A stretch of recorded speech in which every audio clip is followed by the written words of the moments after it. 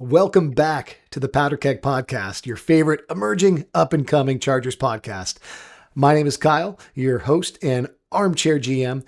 And as always, I've got Coach Ryan with me ready to dial in our X's and O's.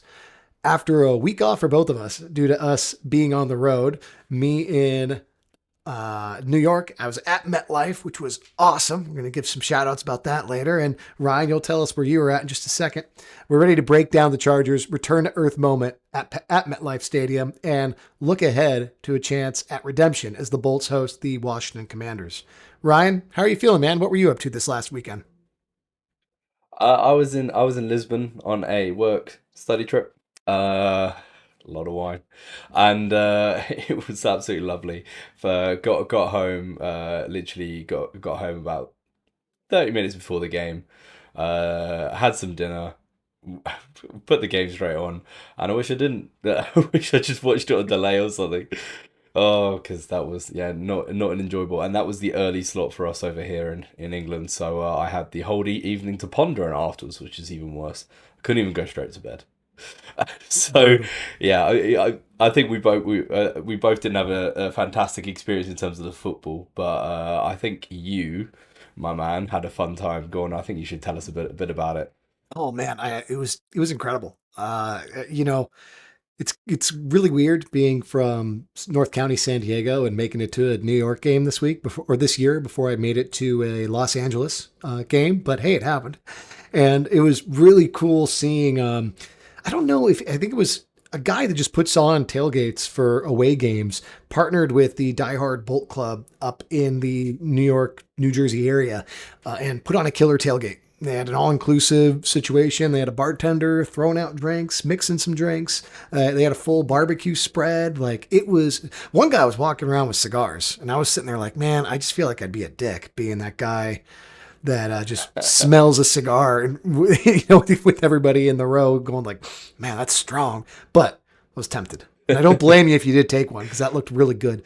But man, I got to meet a bunch of guys from Stormcloud that we've met with Twitter, met with people on Twitter as well. There was Stacy, who I did some podcasting with last year, was there, and that was like a highlight seeing Stacy as well as I learned as you and I were discussing.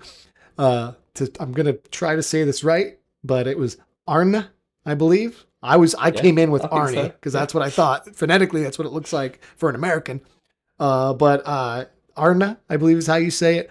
I got to spend a lot of time with Eric, which was great. Made some new friends in Dan from the Die Hard Bolt Club in Vegas was awesome, dude.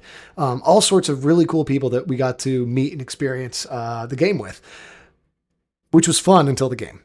And then the game happened. And Why did it have to happen? you should have just, I mean, I should have just packed it up after the tailgate. And actually told my family, like, dude, if we don't get tickets, as long as we go to the tailgate and then hit a bar after, I'm okay with that. That's all right. And in hindsight, would have been the move. Would have been the move. But hey, like Alanis Morissette once said, you live and you learn. So Absolutely. what about you, man? How was your watch experience? I know you met with Andy from TDU even before the Oh game. yeah. So we haven't had a pod since then. That So yeah, that was the Broncos game. Yeah, we met quite a long time. We were the only people in the bar before. I thought I'd have to get there early to get a seat because it's a very popular place.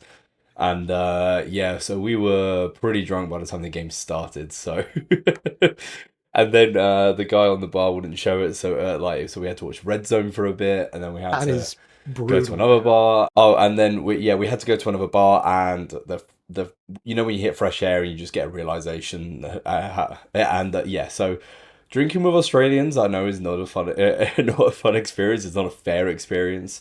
Um, but Andy can really take it. Really drink. So yeah, we were sending some pretty unstable videos to the group chat between the TDU boys and ours, and yeah, I have not watched them back. I have to say, I don't think I want to. Oh, they could stay in the archive. Uh, anyway, oh, I think we've got some news to break down. Should we go into that? Yeah, yeah, let's do it. Let's do it. So I mean, on to the more somber news with the show. Um, the the game went about as poorly as it could for the Chargers outside of anything happening to Justin Herbert.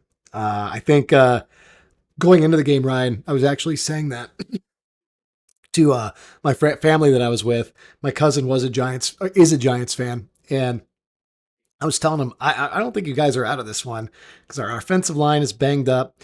And yeah, that's your strength. I wouldn't be surprised if the Giants get a win, but I'm also not it's not gonna be the end of the world for us leaving MetLife as long as Justin's upright. But losing Joe Alt is definitely the next worst thing that could happen to this team. It's like that offensive line, felt deep at the beginning of the season when we had Slater and Alt.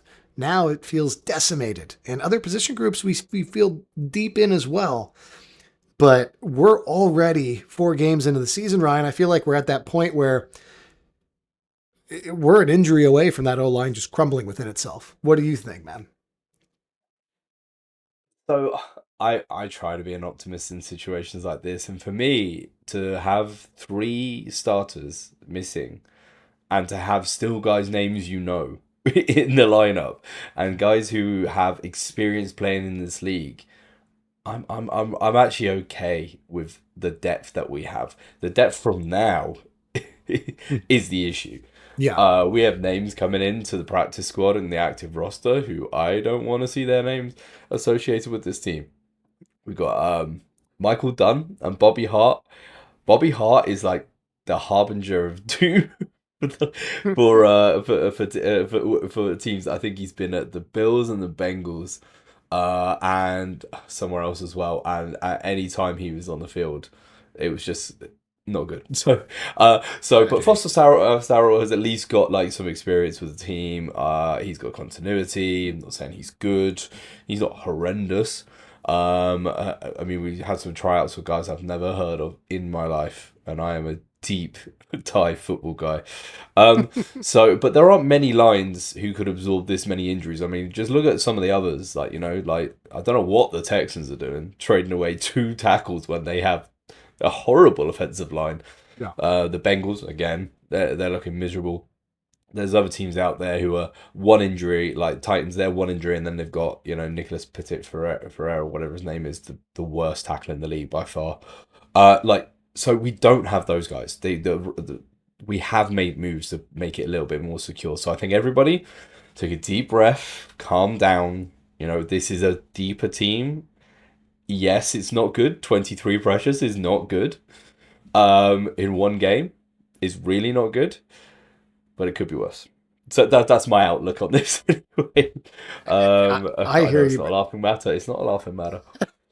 Oh, And we're not having to cut things in the podcast because one of us, me, has already said things that are too negative for the public. But so things are looking great, man. Things are looking awesome.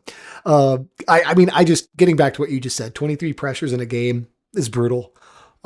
It's weird, and what makes it even worse to me, Ryan, is it's coming off of a game in which Herbert already got hit way too many times in week 3, and this was one of those games where we were hoping, like, hey, if you and I were able to record last week, Ryan, I think one of my goals of this game would have been for Greg Roman to run the ball a little bit more to leave Justin a little less exposed while our offensive line was a little bit, banged up. And while Justin might have been recovering from a week of a lot of hits, and we didn't really get that this go around. We got a heavy passing scheme again with an offensive line that didn't look like it was up to the task. So we're going to break that down a little bit more, but let's talk about some of those moves that you were alluding to, Ryan. I know we signed Michael Dunn and Bobby Hart to the practice squad, and we promoted Foster Sarrell to the active roster. So to me, I feel like, that starting line that we have right now can get it done, contingent on Becton being in there at right guard, because I do think he's right now our best offensive lineman. If we lose him, I think we take a huge step back, because then we're getting into that depth you were talking about being scared of.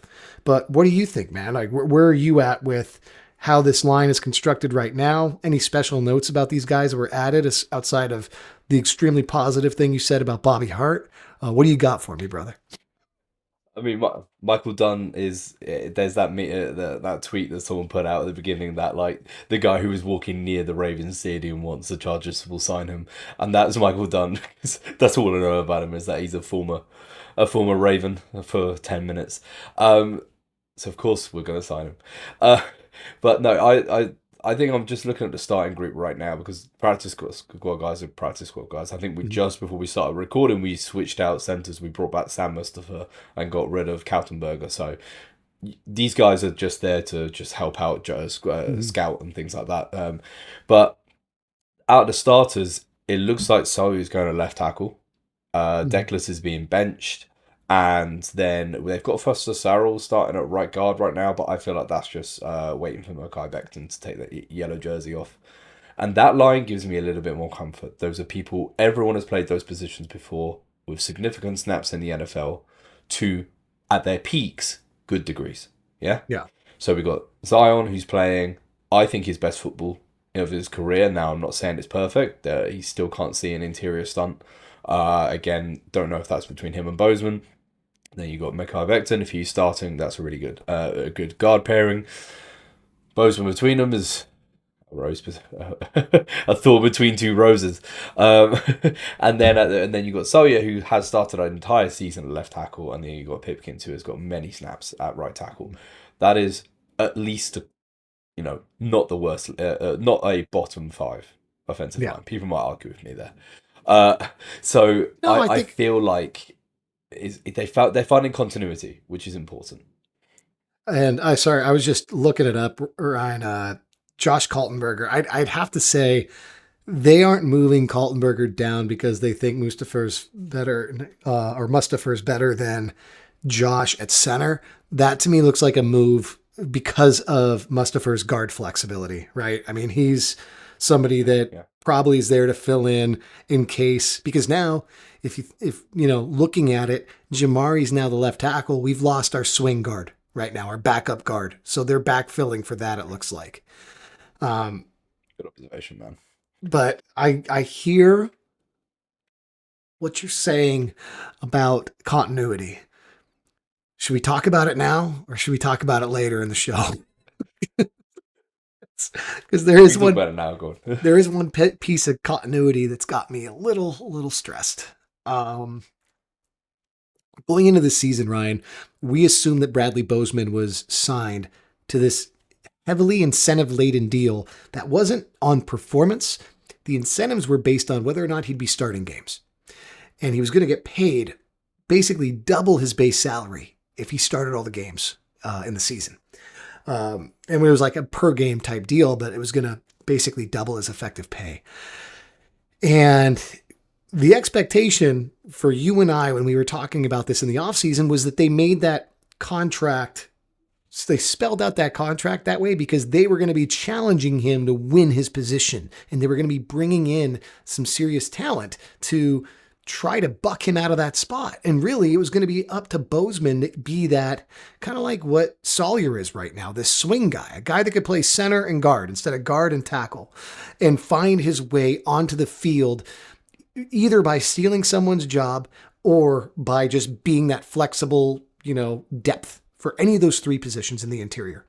And because in our minds, we were like, there's no way that they're just looking at a guy that has given up the amount of pressures that he has in the last year, and based on his performance, really struggled in that Texans game. They can't just hand this guy a starting gig. And going into this, at that point in time, I looked it up, Ryan, and it's about as bleak as it could be, man. You look at Bozeman's last 4 full years as a starter, he has 2,450 pass blocking snaps and 95 pressures allowed. That's a pressure rate of 3.88%. At tackle, that's not as bad. At center, where you're getting more of a indirect rush a lot of the time, or you're helping more and have some assistance from your guards, that's pretty freaking rough, dude. Um, what would you guess his pressure allow rate would be now? if like based on these in this last 4 game sample. So compared to his last 4 years, Compared to his last four I, I'd probably years. say, I'd probably say if as you said it was 3.5, I'd probably say four. Okay. It was about 3.88. So like four, maybe 4.1, 4.2. Yeah, yeah, yeah. So this season he's at 5.49%. If It's just you unsustainable. if you extrapolate that out to a whole season, that is 36 pressures approximately. If he's taking 650 pass blocking snaps this year, he's on pace right now for 36 pressures from the center position. Just the most direct path to the quarterback, man. And Yeah. Andre James, who you know I've been championing for, was given up a career, or over the last 4 years, he's allowed a 3.23 pressure rate. So already he was over a 0.5% better than Bozeman in pressures allowed on passing downs.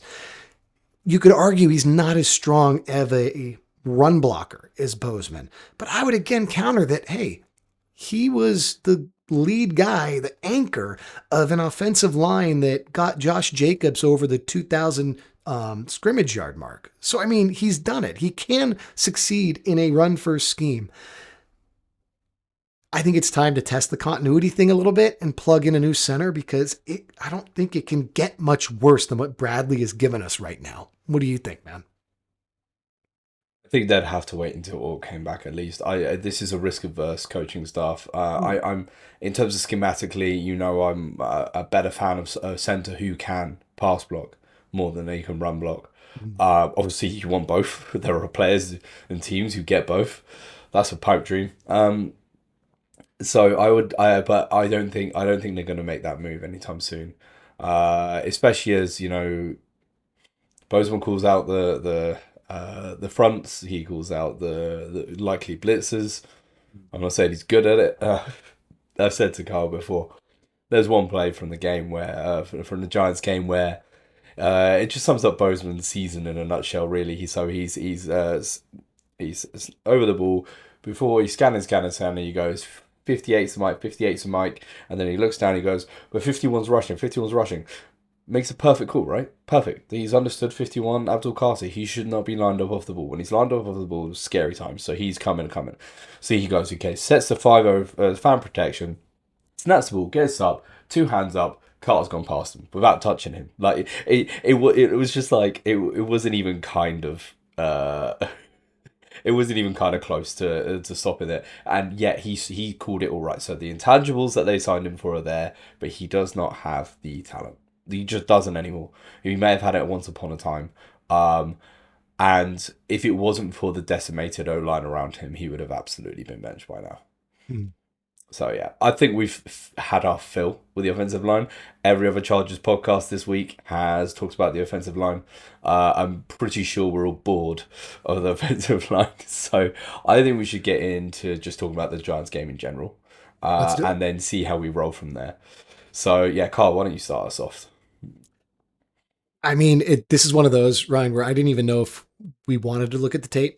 Like, because it's one of those games that I feel like as a team, you take the film, you meet outside, you throw it in a bin, light it on fire, and you just kiss it goodbye. It's done.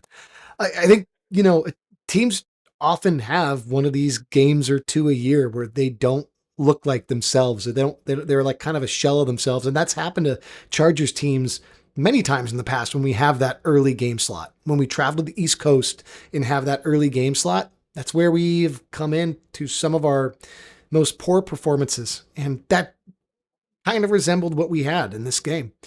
A situation where we didn't start hot. We were very sluggish from the get-go. And oddly enough, we were also extremely undisciplined. 14 penalties for over 100 yards. So the whole thing was just kind of a wreck from the beginning. What do you think, Ryan? I mean, that's just it, isn't it? It's like the charge. The team beat themselves. It wasn't the Giants. Yes, they did some things right, which we will get into. Give them their dues, but it was just a combination of everything. Like it just all piled on at once. It at the end of the day, I don't think it's going to matter that much in terms of the team and their progression, other than to say it was a terrible game. But it's a really poor loss to have on your record. And if that matters come December, they'll be kicking themselves. Mm-hmm. If we had dropped one of our first 3 games, I'd be a lot more bummed, Ryan, because I would have felt like we were hoping to be 3-1 here. And this is one of those games that we would say we'd be looking back on and going, man, these are the games at the end of the season you look back on and go, dang it, man, we dropped some of these ones that we should have gotten. But when you're also picking up games that people may have counted you out of, or that, when you're coming in as strong in your division as we have, it's a whole other thing entirely. Like it's okay to have a game like this. It really is imperative how we respond against the Commanders, especially at home. As Derwin said, though, like as bad as that game was, as bad as they played today, his quote, we still had a chance to win. So, I mean, that's kind of, I guess, where you got to leave it. Like even when we're at our worst, we were a drive away. Exactly. I mean, if you just take into account everything as well, people sometimes underestimate the impact of certain things. Like for one, they're playing against a rookie who has never even had a cadence in a game, and especially the Chargers, we don't blitz a lot. I think it was like, fourth least. I think 17% blitz in the blitz rate, and if you're not used to it, you've got off-ball players who aren't big blitzers. They're not timing their snaps to a good effect. Then they've got to go against a cadence you have never heard. No one's ever heard, because Jackson Dart did not have a cadence at Ole Miss. It was a clap of air raid offense. They can't time that rush. Derwin got caught out multiple times. Jackson was able to change the protection, change the pass. And also, one thing I didn't like about Minter is that he just stuck with it. He never went, okay, when they change, we change, which he does some games. So he made a conscious decision to do that. And then you just got uncharacteristic mistakes in execution all over the field. We got missed tackles, and we got the horrendous amount of defensive offsides. And then, that's typical of going across for an early game, like you said. Like that happens all too often. The West Coast, like the anti-West Coast, the schedule bias is pretty real. And then pure luck. There was elements of pure luck in that game, like the balls bouncing the wrong way, not literally, but like, the Giants made perfect play calls with really simple concepts. Like literally, there's one play where we have trips and they're just literally running 3 verts, and one of the verts happens to run into the exact spot where the coverage roll is moving around, and Dart has an open window for a first down. Nobody planned for that. It happened by pure accident. And then Carl knows this because I've said it enough times. I hate complaining about the refs because it's the most boring topic in sports talk. But oh my god, like 14 penalties, you always say that at least half is like genuine. Like even if you're a biased fan like me screaming at the TV, waking up my son, like I'm still gonna say afterwards, take a breath. Half of them would have been right. But for me, the inconsistency, there was one play where Zion got called for a hold, which some refs call it, some refs don't. I'm not arguing about that. The guy beat him across his face, and he grabs onto him and takes him down, right? That's a hold sometimes, other games it's not. The Giants did that 4 separate times, including one on Tietar in the end zone, which is, holding in the end zone is 2 points, right? Yeah. And they have to kick the ball away. That play, that drive, they scored points on. So I can't remember if it was field goal or a touchdown, but at minimum it's a 5-point swing based on that call. So if you're going to call it, be consistent with it. If you're not going to call it, again, be consistent with it. It just, don't be selective. And, the ticky-tacky like DPI call on Dante Jackson, I didn't understand. He didn't even grab. But yes, like I said, boring topic. But it just goes to show that the fine margins added up all against the Chargers, and yet it's still on the last drive. Quentin Johnson caught that ball, which was insane. He even got up there, by the way. Like that's how close we were. So yeah. Well, what exactly would you say the Giants did on offense? I know that, as you've said, Minter didn't have a lot to game plan around or go off of because we haven't seen Dart in this kind of scenario.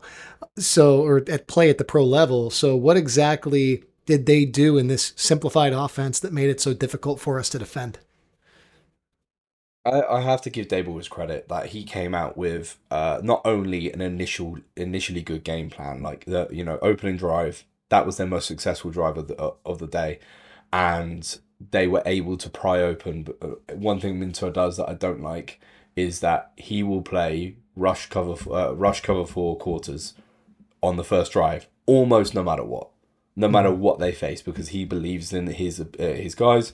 They know the rules within that coverage and that rush. It's structurally sound, but then Dable was able to play off of that quite well. So like, but there was a good back and forth the whole game, and I've actually mapped out the back and forth because I think it's just really cool to see. So, to open the game, Dable got Minter to basically on his coverage roll. So in a cover 3 roll, you have a safety go down, and Derwin would go out to the flats to match the running back swing.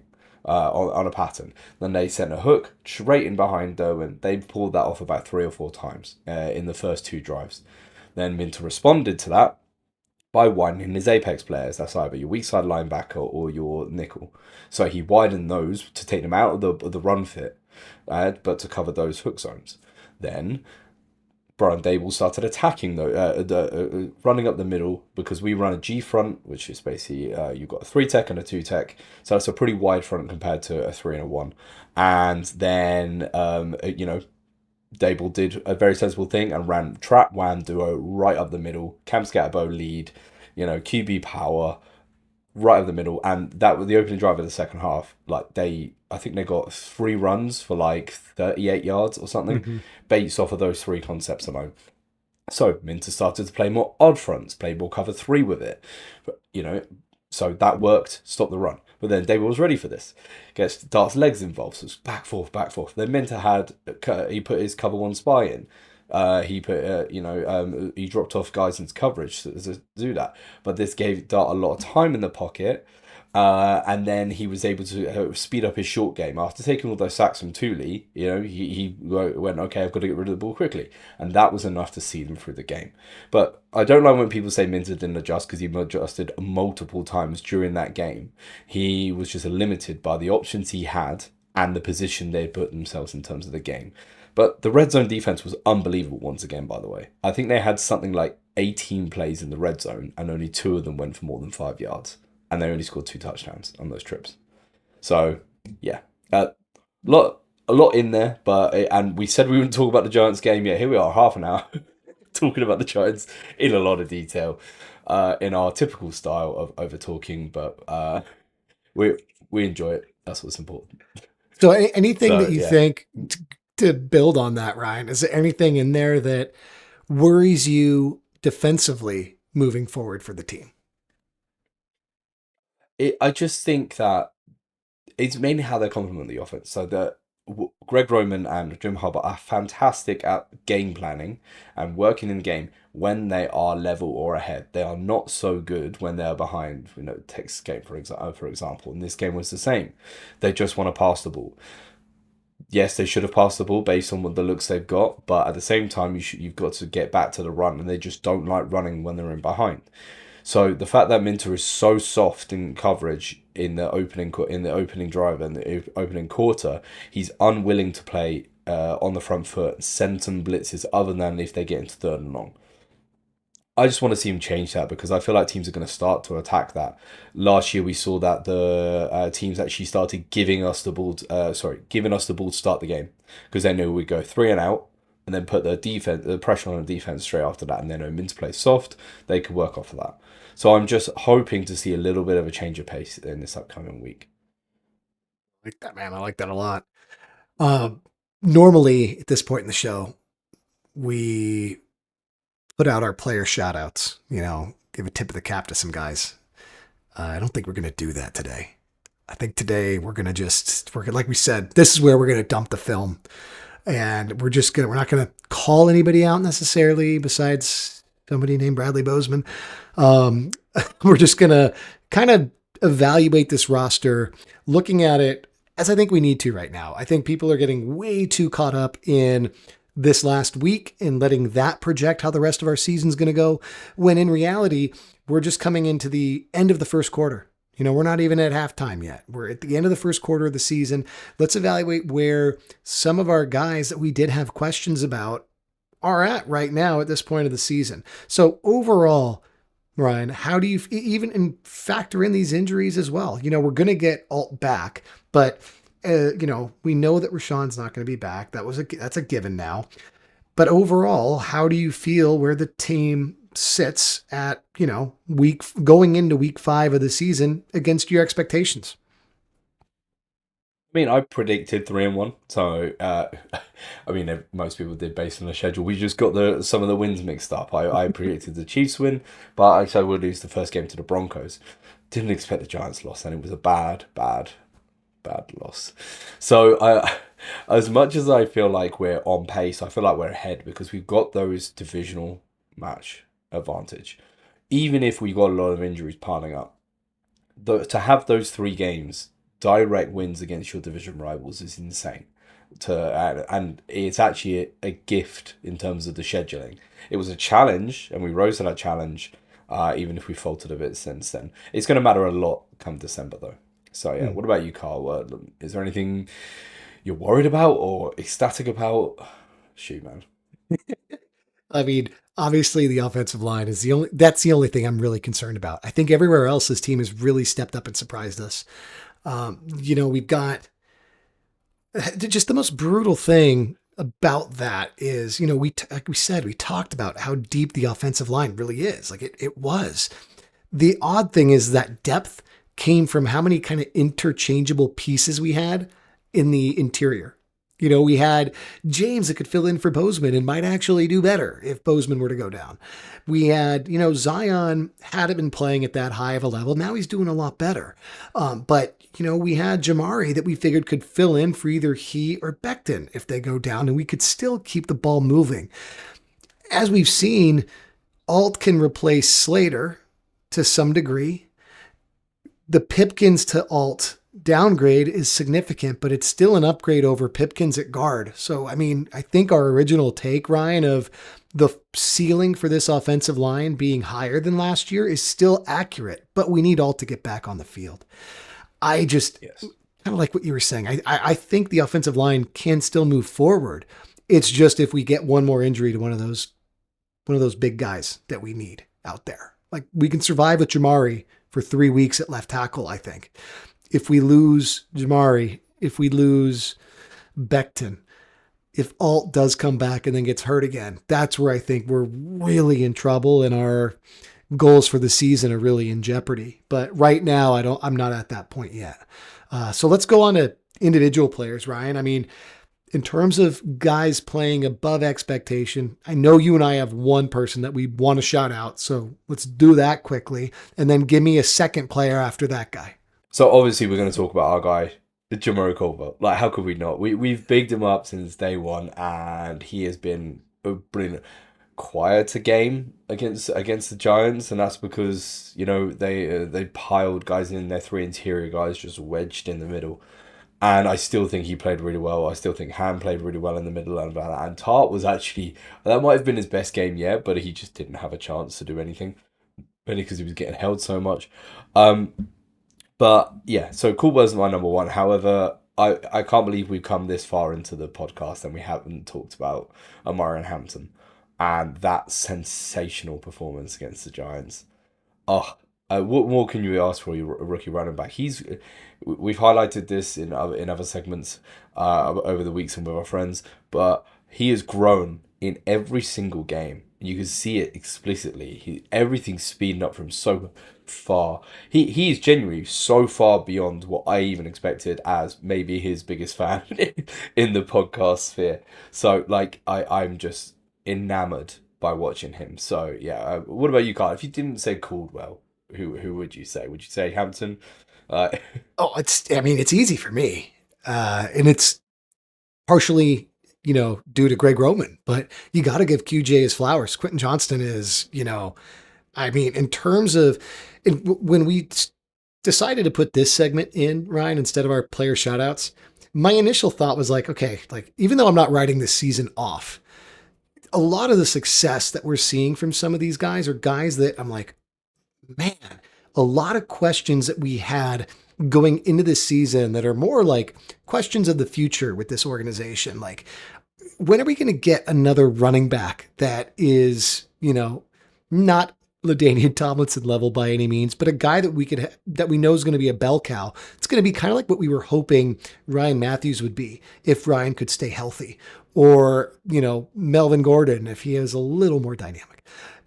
We've got that in Hampton. Like, we've got a guy that guy can, if they want to, they're not doing it yet, but if they want to, they could have him tote the rock 25, 30 times a game, and he's going to bowl people over. And man, I think everybody on Twitter had their highlight video turned up to 1.25 speed. It's the only explanation I could have that, like, that replay comes in so fast. He is so explosive. His legs are just churning, man. They churn like little Darren Sproles legs, and then he gets contact on somebody and he's running through them. He just won't go down. So I love that that's been figured out.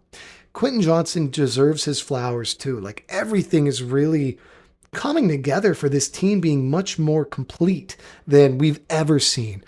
We literally feels like, I know you want an edge too. I know you want another edge, or like next year in the draft, but holy crap, are we a center and a guard away from being a dominant offense? That's where I'm feeling right now. Thanks to QJ, even though I don't know if he's going to be re-signed. He might be contract year guy next year. He's playing well enough to where they might give him the 5th-year option. I was gonna say that I think right now the way he is playing has gone beyond let's see what comp pick we can get from him, and it's now what is the long-term plan for QJ, because the biggest thing with him was always his confidence and playing full pace all the time, welcoming contact, and he's doing all of that. So I see no real scenario where they let him walk right now. Obviously it's a long season, but I think he's on pace for like 1,400 and like 12 touchdowns or something. Great. Insane.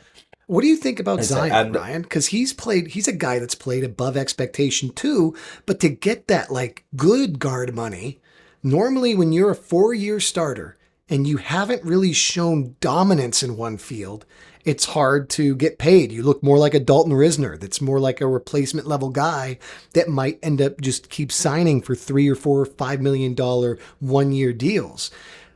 Zion's interesting in that regard. What do you think how do you feel about his first 4 games? And do you think they might prioritize trying to bring him back? But there's 2 worlds that I'm living in. As Kyle was saying, I'll split down the middle. There is the, what do I think this team would do? And what do I think I would do if I was in the seat of a GM? I would let him walk because the guard market is exploding, right? Beyond control. And also, all these guards that have been paid big money have been playing poorly. Like, almost all of them. It's only the guys who've been traded, like who have actually been meeting market expectations. It was like the corner market a few years ago, wide receiver market in any year, basically. I just don't sign free agent wide receivers, just don't do it. And I feel like the guard market is heading that way, and I feel like he has been playing very well as a pass blocker. His run blocker leaves a little bit to be desired. It's still the best he's been playing though, and this front office adores him. Like, you would listen to Jim Harbaugh speak about Zion. I don't agree with what he's saying, but the structure is there in my mind that they're gonna hope to get him back on a team affordable deal next year. We've got so much cap space anyway, so I don't think they're gonna care too much about the finer margins like they have the past off season. But yeah, I'm not so sure. I will. What about you? You're the GM. Go on, break it down for me. Yeah, like I was saying, Ryan, the guard market's really weird. Like you said, you can have a Jonah Jackson who shows he can be a liability in pass blocking, but because he puts up dominant run blocking reps, he ended up getting overpaid by the Rams. But then what did the Rams do after 1 year? They went, that was a dumb call. And then they shipped him to the Bears because, oh my God, Ben Johnson knew what he had in him and was willing to take him on. And the Bears have more of an advantageous cap situation where they wanted to both rebuild their offensive line and could take on some bad salary doing that. on the flip side of that, like I said, if there's also this other secondary, not even secondary, but there's a drop of, guys that played guard at a starting level for 4 years or longer, where GMs seem to look at them and go, we've seen you and you didn't flash. So we're not seeing the dominance in any one particular area. And that's, again, it's just like Dalton Risner. He goes in and does like just a very average job at guard everywhere he goes, but he's high effort and he's normally available. And teams just don't pay for that. They've said, no, we've seen enough of you on film. You're just kind of replacement level, which that's why I was begging for him. Replacement level is great for your depth, right? That's the definition of it. And paying a guy $3 or $4 million a year to be incredible depth in the interior of your line is fantastic. The thing that would scare me, Ryan, is if we feel pressured to sign Zion and prioritize signing Zion before he hits the market. Because I think if they let him go, I think the market might be softer than what Zion believes it's worth. And like you said, I think they are able to bring him back for a team-friendly deal after that. If I'm wrong, I'm wrong. And then if they get a third or fourth round comp pick because somebody sees that in him, sees, no, that's a guy that we can pay $20 million a year, then Ortiz is just opening up a different bottle of champagne. The gamble worked out and it's great.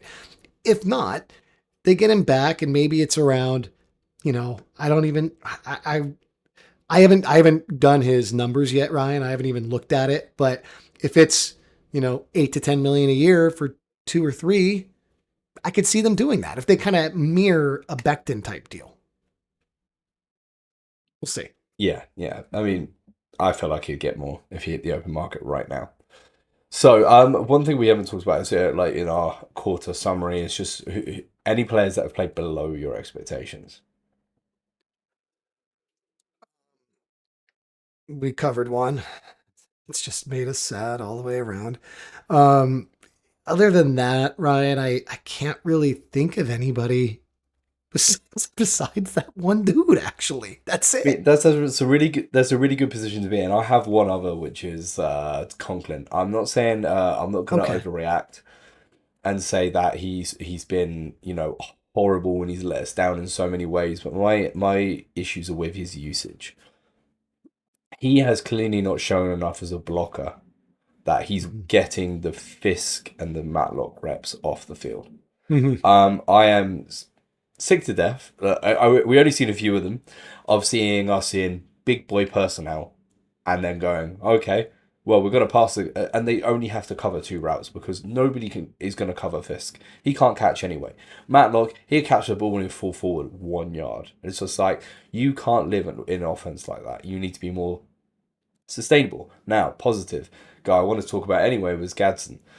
He was on the field during blocking reps and he made some nice blocks and he's getting there. He does look significantly smaller. He will have to add more mass, but the fact that Conklin can't take those reps away from the Bash brothers is frustrating. So yeah. So we want to jump onto the Commanders. Yeah. Let's go for it, man. Anybody that, before we do, anyone else that you want to see get more reps? Or I really don't think we need anybody other than James. I think everybody else, I think we would have wanted Gadsden to get more reps, but we've gotten there. Who else do you have that you think should be given more of an opportunity?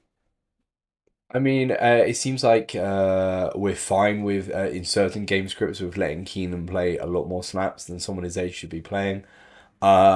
But right now we've the only games we've had where he has got to be in there to be third down, move the chains, secure hands at the sidelines. But there will be games in the upcoming future where Trey Harris and KLS will need to be on the field more. And Trey Harris has earned it through his outstanding blocking. He's not just the lead block on the Hampton touchdown. There were other times where he inserted, where he folds inside the tackle, shoots up the B gap, and contacts someone. And I really like that. That's there. Got to build more of that in. So yeah, it's something that we got to see. And for anyone that says Ladd hasn't had a good first 4 games, I would say last game was rough. He had some big drops, but overall, you're not comparing you can't compare Ladd this season to last season because Ladd was all we had. Quentin hadn't broken out, and now we have this situation where we have Keenan and Ladd that can do similar things. Ladd's time will come. Ladd's time will definitely come. So I don't see anything that's scaring me about him overall, unless there's something you've seen, Ryan. No, the only thing is that he's got to Sanjay or other leaders on the team have got to tell him to calm down. He's getting very wound up with being held, which he is. You know, Mm-hmm. he's being doubled, he's being chipped. He's not a big guy, so he bounces right off, not in a good way. Like 'cause he gets off his route, Mm-hmm. takes time to get back to it, but he can't get frustrated. That's not his job. His job is to stay in control, and welcome it. And Keenan was very good at that, so I hope he puts some arm around him, tells him how to live with that side of the game. Yeah. All right. Well, let's go ahead and move over to the Commanders preview then. We'll start with the offense led by Jaden Daniels, assuming he's healthy. Uh, from what I can see, it's not an explosive passing attack right now, despite them taking those deep shots, which is a bit of a surprise. They're fourth in average depth of target, but 28th in explosive play rate. In terms of pass protection, they seem to have some weaknesses too. What do you Yeah, think, yeah, Ryan? that was something I want. That Yeah. was something I wanted to bring up. So there's a guy called Anthony Reinhard, who's doing some really cool work on Twitter. Now we get all these like numbers normally. Oh, they get this pressure through this gap all the time, but he's done a wonderful job of illustrating that, making it fun for people who like colors and pretty things, like me. So, and there was something on there. I was like, that cannot be right. They are allowing a pressure on 100% of the slot blitzes to the left side of their line. Sorry, that's from the quarterback's left. So that is where your rookie Josh Connolly is. So like that's an outstanding stat. So and in general their pass protection hasn't been amazing. They have good depth, but I don't think I think they hope they would get Cosme back a bit sooner, which is causing issues. So yeah. So would And you then bet that Ryan? Would you bet like Derwin James has like 5 or 6 rushes and 3 pressures from that side, or shoot, if it's 100% of the time, is Minter going to spam that, or what do you see happening there? 100% of the time it works every time. Uh, yeah. Minter's been he was pretty quiet in terms of his blitz packages against the Giants because I don't blame him. But the games before that, he was actually getting some corner blitzes involved for the first time, so I wouldn't be afraid. So instead of not talking from the wide side of the field, but when they're in condensed formations, in 3-by-1 condensed, you rush that when you have a safety cover the tight end who's left exposed. That's a really good combination. So it could be someone like a Cam Hart. So with our betting sponsor, we're backing Cam Hart to have a sack at 10,000 to 1. All right. But yeah, so Sorry. What about go. the their what about in their running game, Ryan? What do you got there? I mean, I can't lie. I am not a fan of Cliff Kingsbury. Never have been, never will be, because it's just boring. You know, on Madden, where you've got you line up in shotgun and you just run inside zone, and Mhm. you know every time you're either going to get 3, 4 yards, or you're going to get up to the second level, you get an 11. And if you run that the whole game, you will control the clock and you will win. So they run inside zone 38% of the time, which is extraordinarily high. That may not sound high, but it is for one single zone concept to be Mhm. that high is outstanding. And they do it from 11 personnel 70% of the time. So again, just predictable, unpredictable. However, it's pretty successful, right? So they've got the sixth ranked rushing game in terms of success rate. They have 44% success rate from those looks. Anything over 40% is really good. 50% is like the best of the best. So they are doing it really well. And they actually do it to the right a lot as well. So again, predictable, unpredictable, but their right side of the line is playing really well in terms of run blocking. So this isn't the Jackson Dart led offense. We were surprised by that. We should not be surprised by whatever we come across there because it's a second year of a Cliff Kingsbury offense. Usually, those come to earth as predictable. So this is when you've talked about in previous episodes, Minter being a very good preparer for this kind of thing and understanding another team's scheme and what they're trying to do, and then building something to counter that. This is what we're talking about. You're expecting Minter to really understand these tendencies and take advantage of them. Yeah, there's not a lot on there. You're not a lot on film, not a lot in the stats that you think, okay, he really has to prepare for this. What Minter is really good at is spotting what the and understanding what coaches like to do as counters, like you said. So he'll go, okay, when they do go in 12 personnel, when you do something in such a basic way, when you go into those other looks, it's very obvious. So if you go into 12 personnel and then you motion this guy across, very much like the Giants did with Scott Matlock. Every time he motions across the formation, they know he's going to go split zone and attack the far side edge. There's a play where they all call out. Literally, their whole defense goes, oh, there's a big 44 running. Oh, we know what's coming. That's what it is. You can build everything off of that. And Minter is brilliant at understanding when they're going to make these calls. He charts it like a crazy man. He understands when they're feeling in game script terms, position on the field, everything. He understands it all, and I feel like that's just going to be put out there. And on the other side of the ball, I mean, what do you think in general? But Well, I was going to ask you: are they as predictable on defense as they are on offense? Is that something that Greg Roman's going to be able to scheme around, or what's going on there? yeah, they're more predictable. If anything, honestly, if I have to line up all the teams I'd like to watch, especially without Jaden Daniels and Terry McLaurin, I'd put the Commanders close to the bottom. They're so boring. Um, not saying they're not good, because obviously they went to the NFC Championship game when they were fully healthy. They've made some moves that are questionable since then, but when they are on their song, it's like with the Salah-led 49ers teams, they are so simple, but they don't care because they're going to beat you up anyway. And the same on the other side of the ball with Shanahan. They know everyone knows what they are. They know their playbook, but they can't stop it because it's physically out being done. Dan Quinn has not got that in this Commanders defense. They're bottom 10, if not bottom 5 in every single metric. They run 88. I think it was 85% nickel base.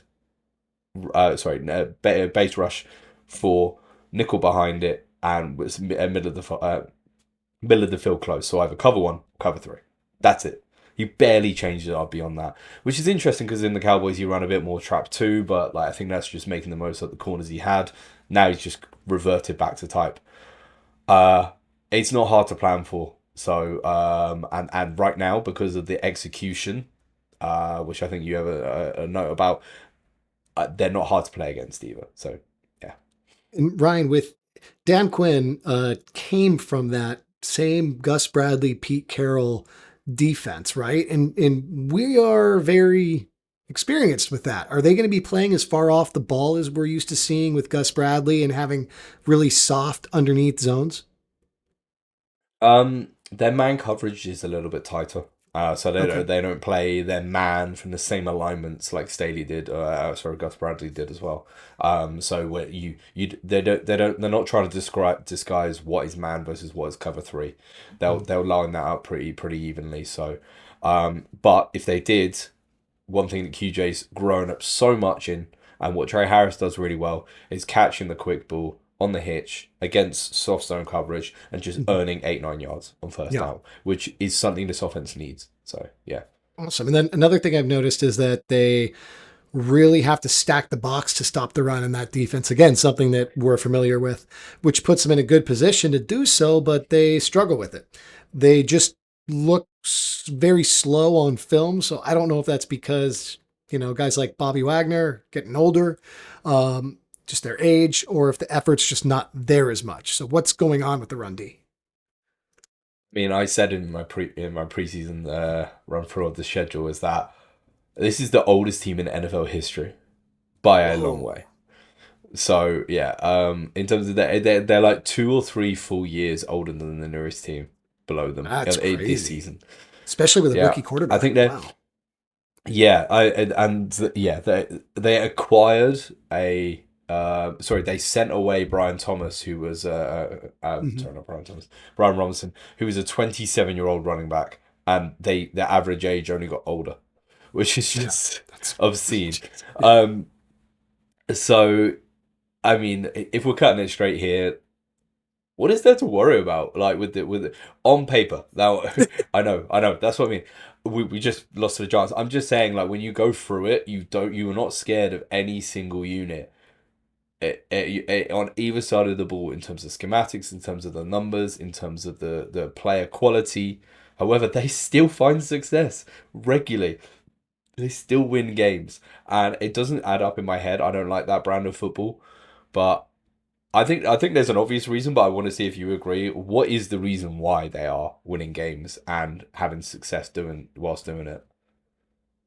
I think people sleep on Debo a little bit, to be honest with you. Okay. Debo's actually had a pretty good start to the season, and I think he might be the creative wrinkle that we don't necessarily see on uh, play call breakdowns and stuff like that. Because from just a very limited bit I've watched them, Ryan, he adds a little wrinkle, and they're using him right in that plays to him, short underneath throws to him feel like a running play because he's so dynamic with the ball in his hands. He's such a physical runner.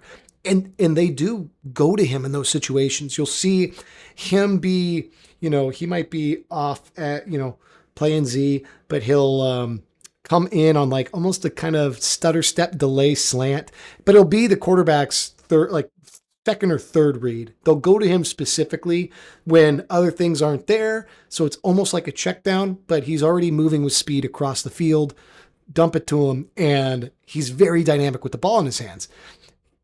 He got slept on because last year he had pneumonia and didn't really recover from it well and looked like he had significantly lost a step.